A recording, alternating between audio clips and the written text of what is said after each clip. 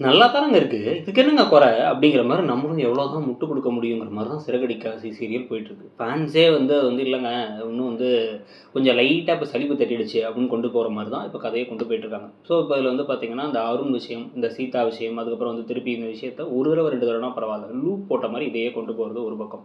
இன்னொரு பக்கம் ரோகிணி சிக்க போறாங்க. ரோகிணி வசமா மாட்ட போறாங்க. அவ்வளோதான் ரோகிணி காலி. இதுக்கப்புறம் ரோகிணியோட வாழ்க்கையே அஸ்தமனமாக போகுதுங்கிற மாரி ப்ரோமோ மட்டும் போடுறாங்களே தவிர, ரோகிணி மாட்ற மாரி கொஞ்சம் கூட துளி அளவும் இந்த கதை போறதில்ல. அவங்க அங்கேயே தான் இருக்காங்க. அவங்க வந்து எல்லா விஷயத்தையும் ஈஸியா தப்பிச்சுட்டு போயிட்டுருக்காங்க. சுத்தி இருக்க அத்தன பேரும் பேக்கா இருக்காங்க. மனோஜ் எல்லாம் முழுசா பைத்தியமாவே இருக்காருங்கிற மாரி தான் அந்த கதை போயிட்டுருக்கு.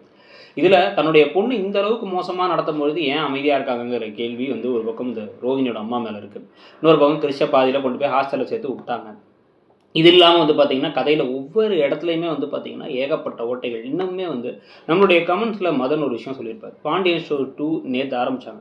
அதுல வந்து ஆனா வந்து பார்த்தீங்கன்னா, இப்ப கதிர் தனியா ஒரு டிராவல்ஸ் ஆரம்பிச்சுட்டாரு.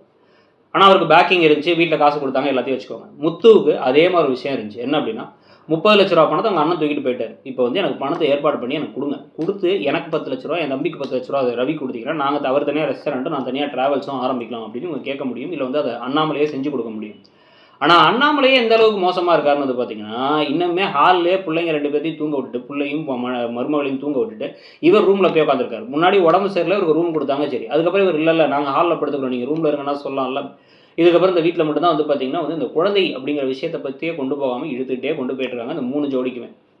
இது ஒரு பக்கம் போகுது. இது ஒரு பக்கம் போகும்பொழுதே, இன்னொரு பக்கம் வந்து பார்த்தீங்க அப்படின்னா வந்து, இப்ப மீனா எதனால விஜயா கிட்டக்க இவ்ளோ பம்மிக்கிட்டே நடக்குறாங்க? முன்னாடிலாம் தைரியமா தான் இருந்தாங்க. இப்ப ஏதோ பேக்கு மாரி சுத்திட்டு இருக்காங்க. அந்த விஷயத்த பத்தியும் நமக்கு வந்து ஒரு தெளிவ வந்து குடுக்க மாட்றாங்க.